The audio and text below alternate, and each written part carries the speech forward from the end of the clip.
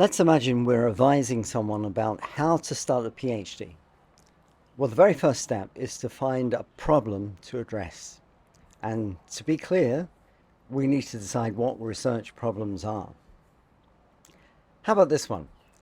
Study the IR of osmium cluster complexes under high pressures of CO and H2. Is that a problem? No, it's not a problem, because there's no specific issue there to grab hold of. This is just an action. It's a topic to be understood. That was the project that PhD advisor gave to me when I joined his group. And then I turned it into this. Does the OS double bond in a cluster undergo 2+3 cycloadditions like alkenes do? Is that a topic to be understood, or is that a problem to be investigated? It's a problem. You see, there's a specific issue. We don't know the answer. We've got to do research to find it out.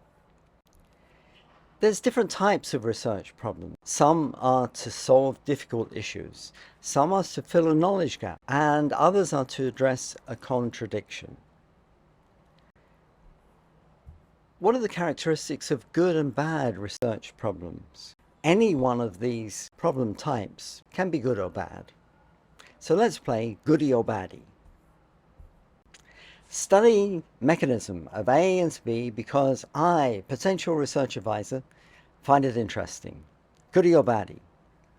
Baddie, because it's of questionable importance. A transformation of A into B always has a mechanism. We have to prioritize which ones to study. Why is that one important? Okay, how about this? When cancer cells are stressed by inhibiting enzyme A, they adapt to produce enzyme B and survive. Design and test an inhibitor of B. Goody. You can see the relevance of that to oncology, potentially something that leads to an outcome, a conclusion. Okay, how about this? Goody or baddie? Cure AIDS. That's important, isn't it? Why shouldn't that be a goody? It's a baddie because problems should be tractable. Lots of people have tried to cure AIDS. They've not been able to do it. What makes you think you can do it in one PhD lifespan with the resources you have available? Goody or baddie? Perturbation of protein A binding to protein B is important for Alzheimer's disease. Chemically synthesize 100 analogs of this inhibitor lead. I'm going to assume that this inhibitor lead is not good enough and we need to improve it. Is that a goody or a baddie? It's a baddie, because only making analogs is boring, especially if they're pretty much the same thing. They're just varying small features of the structure. It doesn't train you anything. But students fall into this mistake all the time. They come into a PhD program overvaluing their previous experience and not recognizing it's going to take a long time to get a PhD relative to any research you did as an undergraduate. So beware of choosing a problem because you've done that type of thing already. That's very limited. That reflects a lack of ambition to expand your skill set. Training valuable skills is a key part of a PhD. In doing so, you build career capital. You put things on your resume that hopefully others will find valuable. What you want to aim for actually is skills few people know but are extremely valuable in the job market, on the wider academic community. Think not what your PhD project can do for you. In other words, think not about looking good as soon as you walk in the lab, but what you can do for your PhD project. Can you be the type of flexible PhD researcher who takes on any challenge by learning anything that he or she needs to do? So there you have it in summary. These are the components of a good research problem. Now I'm going to layer on another aspect, a psychological aspect, the importance of autonomy.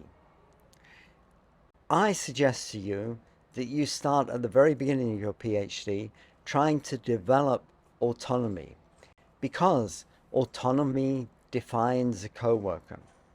As a supervisor, we see students that we call supernovas, or at least I call supernovas, probably nobody else does, because they get hold of a problem. You start by asking them, please, start here, try this.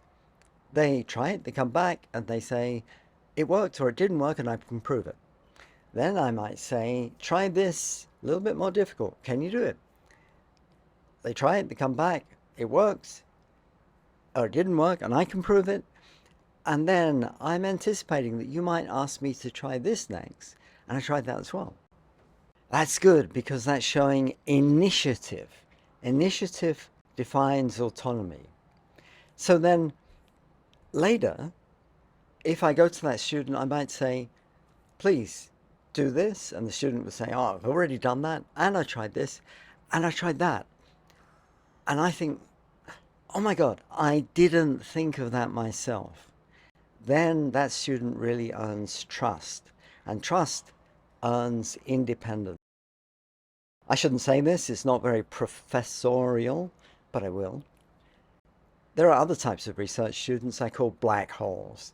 And I call them black holes because it doesn't matter how many good ideas you put in, nothing ever seems to come out.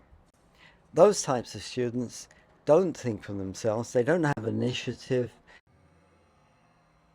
At the beginning of your PhD, bear this in mind. What type of student do you want to become?